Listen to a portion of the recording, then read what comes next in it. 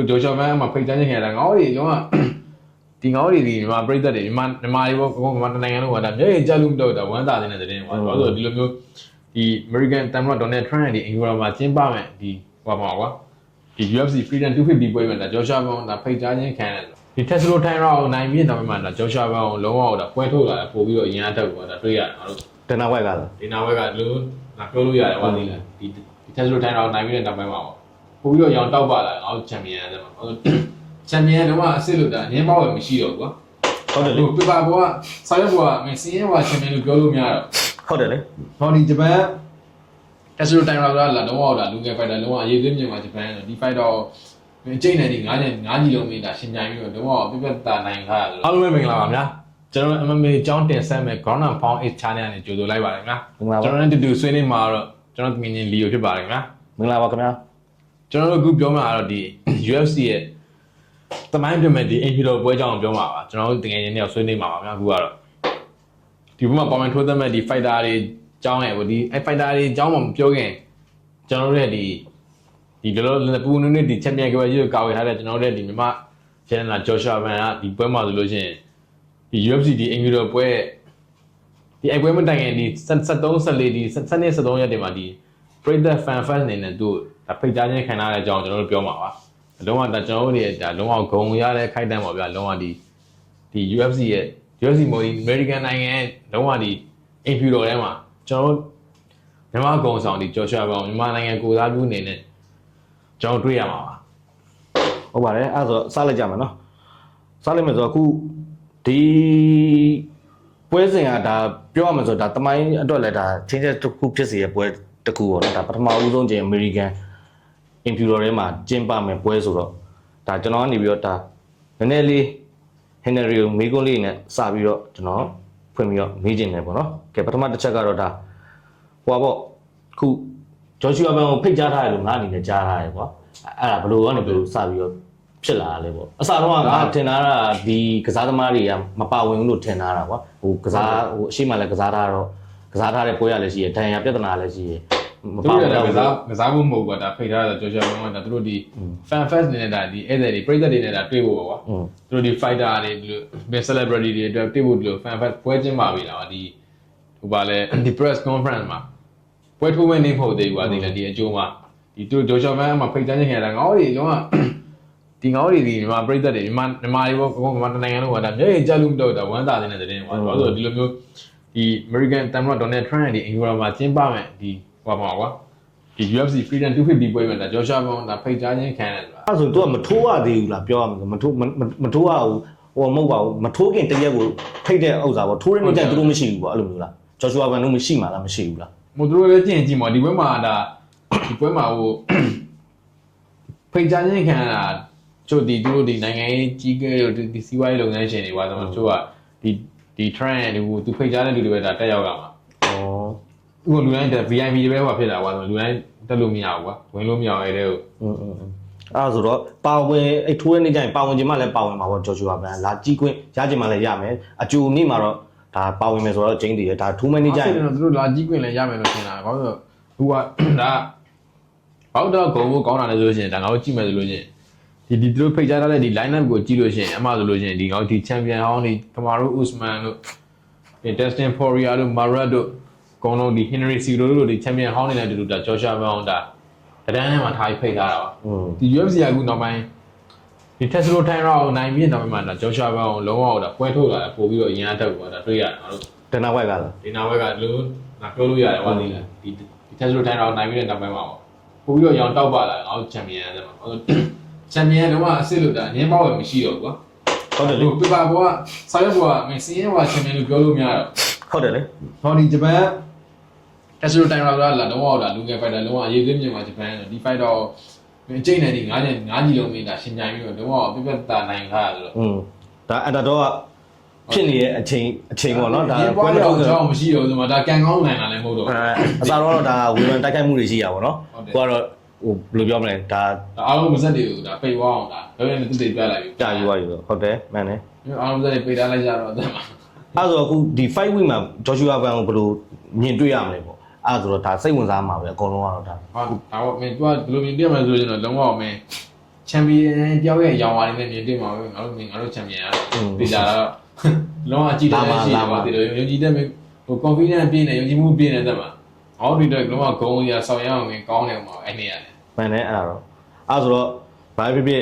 ်ဒါဒူတောင်းချီဒါကြည့်မဲ့ပွဲကြီးတပွဲလို့ဒါဟိုတိထားရတယ်နောက်ကြတော့ဒီ imperial state ရဲ့ဒါအကျန်းတဲ့ပုံစံကိုလည်းငါတို့သိရှိထားရတယ်ပေါ့နော်ဒါတော်တော်ကိုဘယ်လိုပြောမလဲရုပ်ရှင်တော့မှဆန်တယ်လို့ခံစား imperial ရဲ့တောင်ဘက်မြက်ခင်းမြင်တာစောက်လန်းမှာပေါ့ဒါတော့ arena လုံးမှာပေါ့တန်း60တောင်တို့လိုမင်းဒါအကုန်ကြခံတာဒီကစောက်ဖို့တော့မြက်ခင်းတွေလည်းဒါပျက်စီးတယ်ရောပြန်လောက်ကမှရှိတယ်မှာပြင် imperial မှာဆိုတော့ဒါလုံခြုံရေးရတယ်မင်းအများကြီးပဲကွာဒီမှာကုန်ကြစိတ်တွေတုံးထားတဲ့ဥစ္စာတွေအဲ့ဒီ UFC ကအဲ့ဒါဒီ American ပြည်သူတွေကအခွင့်အရေးတရားမှပါဘူးကွာဒီနောက်ဘက်တော့ပုံမှန်လေးလေးဝင်လာတာရှိတယ်မှာသူ့ဘာလို့ပတ်စံတော့သူတို့ကုန်နေတယ်လို့ဒါဒီ UFC ရဲ့ဒီပြည်ကုမ္ပဏီဖြစ်တဲ့ဒီ TKO ကန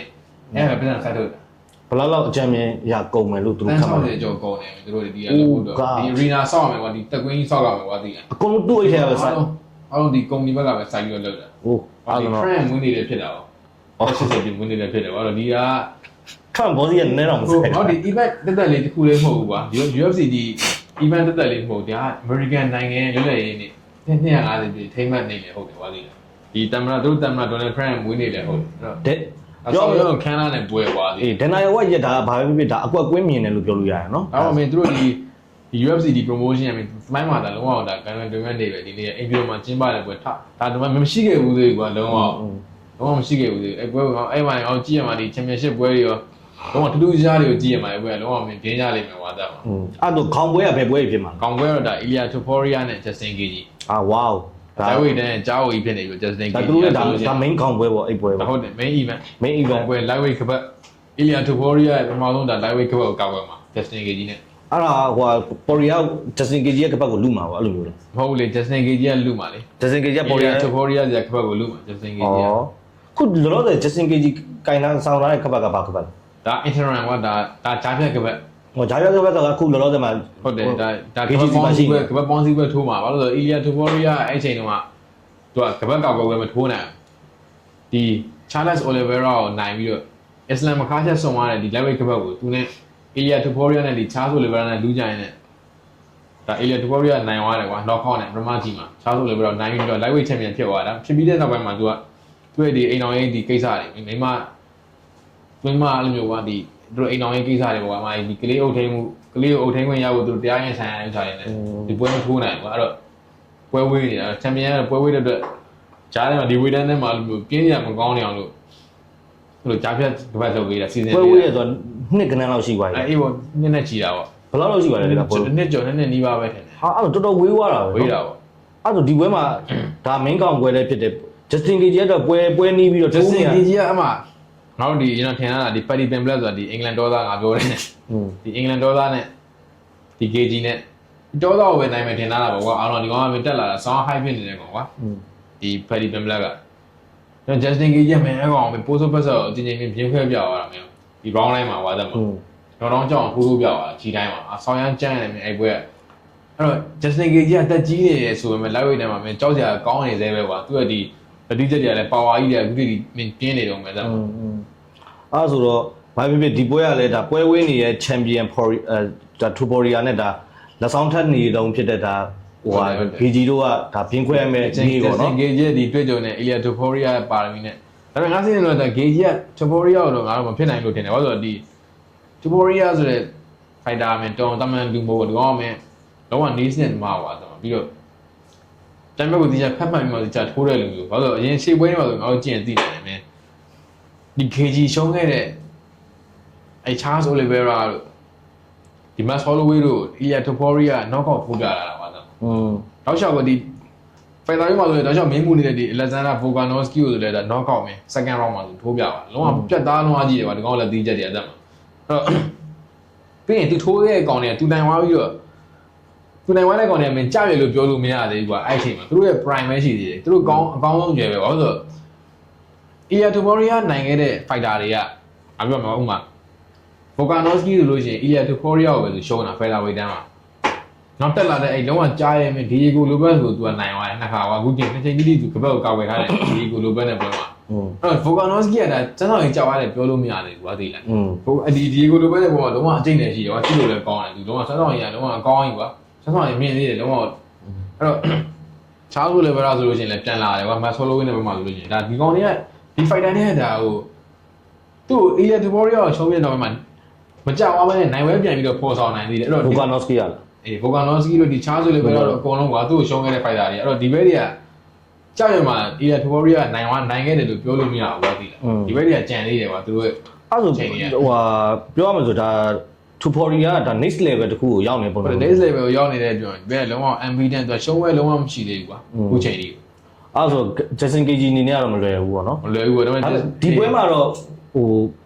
Jason KG စောစောကြမယ်လို့တော့ငါအနေနဲ့တော့ထင်တယ်ငါထင်တယ်ငါလည်းပထမကြောင်နေတော့ကပြတ်သွားတယ်လို့ထင်တယ်ဘာလို့ဒီ Topuria ရဲ့လက်သေးထင်တော့ knockout ကြမှာပဲဒါပေမဲ့ Jason KG ကလည်း knockout လက်သေးရှိတယ်ရှိတယ်ကွာဒါပေမဲ့ရှိတယ်ဆိုမှပြီးရင်ဒီ Ilya Topuria ကဒီလက်သေးသမားဆိုမှငါတို့ကသူ့ ground game ကိုလည်းတွားပြီးဟောပြီးတော့တကယ်တမ်းကဒီသူ့ရဲ့ background ကဒီ wrestling grappling ကဒီ ground ကိုစောင်းအားတန်နေကောင်ကွာရင်တော့သူက submission နေနဲ့သူပွဲသိမ်းခဲ့တဲ့ပွဲတွေလည်းအများကြီးပဲအဲ့တော့နောက်ပိုင်းမှာတော့ဒီ boxing style boxing ကိုသူအားပြီးတော့ဒီလဲထိုးတဲ့ကစားသမားဖြစ်လာရင်တော့ဒီ ground နဲ့အဆုံးသတ်ထားတာတွေအများကြီးပဲရှိရပါသူစပြီးတော့သ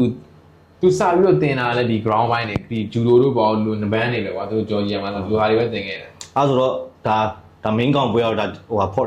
Topuria နဲ့ဒါ Justin KG တို့ဒါ featherweight ရဲ့ခပတ်ကိုဒါ featherweight lightweight ခပတ်lightweight ခပတ်ကိုဒါ Justin KG ကနေပြီးတော့လာပြီးတော့ဒါစိန်ခေါ်ပြီးတော့စိန်ခေါ်ပါနောက်လက်ကိုနိုင်ပြီးတော့ကွာတက်မှာနောက်တစ်ပွဲကကြတော့ဒါခေါင်းရဲ့ပွဲအောက်ပါတော့ဒီ co-main event ကကြတော့ဟောဒီကဘာကြောင့်မင်းကြောက်လက်ဒီ LS Pereira နဲ့ဒါ Cyril Gane နဲ့ပြင်သင်ကပြော့ကြီး Cyril Gane ငါကောင်ကြီးပဲ Pereira နဲ့ကျွေးမှာနော် Pereira ဒါ light heavyweight ကဘောကိုဆိုရစုံပြီးတော့ heavyweight တောင်တက်လာတာပေါ့ကွာဘာလို့သူကဒီ weight တန်းသုံးခုမှာပထမဆုံးဒါ champion ဖြစ်မဲ့လူဖြစ်ဆိုစံချိန်စစ်တင်ချိန်လို့ဒီ UFC မှာအဲ့ဆို तू ကဒါပထမဆုံးချိန် heavyweight ဒါတင်ထိုးတဲ့ပွဲပေါ့ဟုတ်တယ် heavyweight တန်းဒီသူတို့ဂျာမြတ် champion ကဘောကိုလူမှာ Cyril Gane နဲ့LS Pereira နဲ့ပြီးလို့ရှိရင်ကဘောပေါင်းစည်းဝဲနေတဲ့ဒီ champion Don Aspinall နဲ့ပြန်ထိုးမှာပေါ့အဲ့တော့ LS Pereira light heavyweight ကနေဒါ heavyweight တောင်တက်လာသူကတကယ်လို့ဒီပွဲမှာနိုင်ခဲ့လို့ရှိရင်တော်တော်ကြီးဒါအကျမ်းပါဘာလို့ဒီသူ့စံချိန်ကြီးရပါသေးတယ်လိုက်ချိုးတော်တော်ခက်သွားတော့ဒီကရှိတယ်သူပထမဆုံးတော့စံချိန်တင်ပါကွာဒီဥစ္စာဒီ UFC ရဲ့ဒီ weight တန်း3ခုမှာ champion ဖြစ်ဘူးတဲ့လူဆိုတာသူကစံချိန်တင်အောင်ပထမဆုံးလူမှပြောင်းမရှိတော့တရားမှမရှိချုံအောင်ကဒါ weight တန်းနှစ်ခုမှာပဲဖြစ်သေးတာလေကွာ champion ကဟောဟိုအောင်မဂီကိုအောင်အားလုံးနှစ်ခုမှာပဲဖြစ်ခဲ့ဘူးလား3ခုဆိုတာမရှိသေးဘူးအဲ့လိုဟာအဲ့လို तू ကဒါပထမဆုံးဖြစ်မှာပေါ့ဟုတ်တယ်ပထမဆုံးဖြစ်သွားနိုင်တယ်နော်ဖြစ်ဖို့တော့ तू ကဒါ heavyweight တောင်ဆိုတက်လာတာကွာတက်ရွယ်လည်းရတာတော့လုံးထဲတွေကလည်းပို့ပြီးတော့ကြီးလာတယ်လည်းပါတယ်ကွာဒီကောင်ဝေးကြလာတယ်လည်းခက်တာဟုတ်တယ်အဲ့ तू က heavyweight တန်းဒါခပတ်လူပဲလားဒါ interim တော့ဂျာပြက်ခပတ်လူပဲဟောဂျာပြက်ခပတ်လူပဲဟိုမပိုင်ဆိုင်သေးဘူးပေါ့ဒီဝင်းနိုင်သွားတဲ့ကောင်ကခပတ်အေးပေါ့ဂျာပြက်ချန်ပီယံပေါ့ကွာဒါ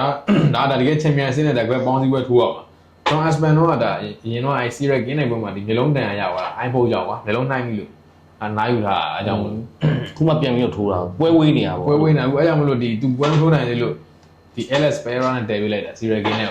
့ဒီ heavyweight ဒါဒီခုဒီ UFC ရဲ့အင်ဂျီတော်မှာကျင်းပမှာပုံမှာကိုမင်း event အနေနဲ့ဒါကိုမင်း event ပွဲရလဲဒါပွဲကြီးပွဲကောင်းမယ်နော်ဟိုပါဒါအားလုံးဒါပွဲကြီးပွဲကောင်းနေကွာဒီထဲမှာဒီ fight card ထဲမှာပါတယ်ပြီးရင်ဒီ Sean O'Malley တို့ဒါ champion ဟောင်းနေ Masol တို့ဘာပါမှာလား Masol တို့မပါဘူးကွာလူပါအောင်မယ်ပါမယ်ဒီဟိုအလက်ဇန်နာတို့လက်ဇန်နာဘူကန်စကီမပါဘူးမပါဘူးပြင်အရင်ကဟိုပါပွဲကြမ်းသွားတဲ့ focus ဆိုတဲ့အကောင် heavyweight တန်းအကောင်ကြီးပါဒါတော့ Lewis နဲ့ပွဲရကောင်းတာပေါ့ကွာသမားဒါပေမဲ့ဒီပွဲမှာတော့ကိုရီဂျော်ရှူအာဗန်မပါဝင်တော့ဒါတခုတော့ဒါအားလုံးတော့ဒါနှုံးနေတာပေါ့ကွာဒီငါတို့ရဲ့ဒီအဲ့တခုကတော့ကျွန်တော်အနေနဲ့တော့စိတ်မကောင်းတာတခုဘာလို့ပွဲအရန်ဒီးသွားပြီဆိုတော့ဒါတန်ရာတွေလည်းကူအောင်မယ်ဒါနားရမယ်လေ champion ဆိုတာလွယ်ကာကွယ်လို့မရဘူးကပတ်ဆိုတာဒါချင်းလွယ်လေးရဖြစ်တာမဟုတ်ဘူးဆိုတော့ဒီကြတာနီးပြွားတွေချပြီးတော့စင်းပွဲလက်ခံလို့မဖြစ်ဘူးလေကွာကပတ်ကဒီမှာတကယ်ပါဝင်ကွင်းရရင်ဒါဘာပြီးငါတို့တော်တော်ပို့ပြီးတော့ဂုံရကောင်းသွားမှာနော်တကယ်မိုင်းတင်ဝင်တကယ်တော့ပါဝင်စေချင်တော့ဗျာသူကနားလဲထိုးပါလို့ပါဝင်နေကြလဲချအောင်ဆိုပြီးတော့လုပ်စီချင်တော့ဒါပေမဲ့ပါဝင်ကွင်းတော့မရဘူးဒါပေမဲ့ပွဲတွက်ခင်းတော့ရသွားမယ်ပေါ့နော်ကဲအဲ့ဆိုတော့ဒါထပ်ပြီးတော့ဟိုတိအောင်တစ်ချက်မြင်းနေတဲ့တစ်ချက်ငါတို့တွေဒီကမ္ဘာလုံးကဒီမျိုးအောင်ဆိုင်နေတဲ့ဒီလိုမျိုးအင်ဂျီနီယာပွဲမှာဘန်ကမထိုးအောင်ဆိုမဲ့ဒီပွဲကိုသူကဒီပွဲမှာသူကအခမ်းအနားတစ်ခုမှာသူကဖိတ်ကြားခြင်းခံရတယ်ကွာပထမဆုံးနေအဲ့တော့ ဒါလည်းငါတို့ဂုံရပဲလေကွာသိလား ဟုတ်တယ် အဲ့ဒီခန်းသားမြန်မာနိုင်ငံဆောင်ပြီးတက်ရောက်မဲ့ဂျော်ရှာမန်တက်ကမမာဒီ fearless ဒါမှမဟုတ် fan လို့